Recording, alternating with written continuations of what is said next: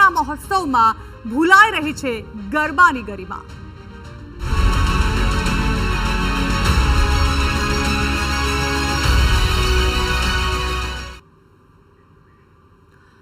સુરતમાં ગરબામાં ફિલ્મી ગીત પર રીલ બનાવતા વિવાદ સામે આવ્યો છે। મહિલા સોશિયલ મીડિયા ઇન્ફ્લુએન્સરની રીલ એક વાયરલ થઈ રહી છે, જેમાં સોસાયટીમાં યોજાયેલા ગરબામાં તેણે રીલ બનાવી હતી। બજરંગ દળે ગરબા સ્થળે પહોંચીને આનો વિરોધ નોંધાવ્યો છે। આયોજકોને ભવિષ્યમાં ફિલ્મી ગીતો ન વગાડવા માટે સૂચના આપવામાં આવી છે।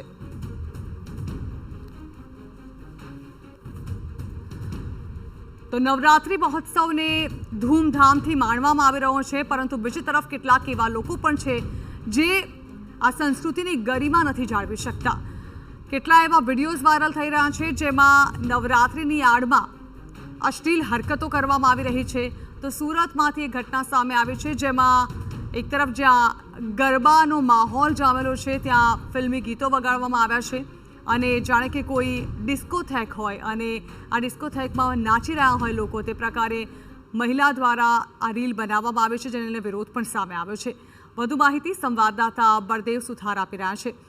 બળદેવ, આ રીલ જોઈને ચોક્કસ સવાલો થાય કે ખરેખર આ નવરાત્રિ મહોત્સવ એ સંસ્કૃતિની એક ગરિમા જાળવવાનો અને માતાજીની આરાધનાનો પર્વ છે, પરંતુ લોકો અશ્લીલ હરકતોને પોતપોતાને સોશિયલ મીડિયામાં વાયરલ કરવાના ઈરાદે આ પ્રકારની હરકતો કરી રહ્યા છે। વધુ એક ઘટના સુરતથી સામે આવી છે, જાણવા માંગીશું ક્યાંની ઘટના છે, આ મામલે કોઈ કાર્યવાહી થઈ કે નહીં? જે રીતે સુરતના આ સોશિયલ મીડિયા ઉપર એક વાયરલ થયો હતો કે જે માતાજીના આરાધના જે કરવા માટેની જે નવરાત્રી હોય છે તેની અંદર જે કેટલાક યુગલો હોય છે, કેટલાક જે નવજુવાનો છે તે કોઈને કોઈ રીતે અશ્લીલ જે હરકતો કરતા હોય છે ને તેના કારણે જે આસ્થાની જે ઠેસ પહોંચતી હોય તે રીતનું જે દ્રશ્યો છે તે સામે આવતા હોય છે।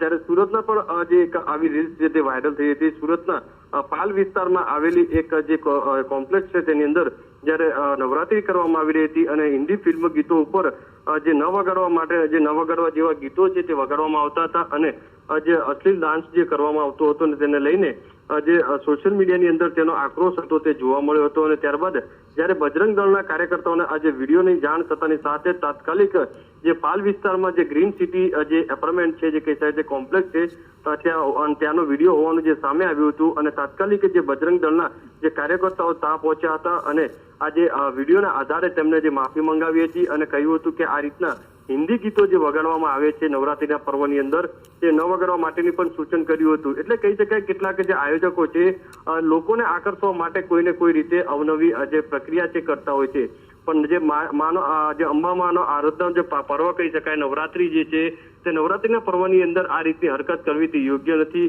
ત્યારે સોશિયલ મીડિયાની અંદર લોકોમાં એક આક્રોશ છે તે જોવા મળી રહ્યો છે।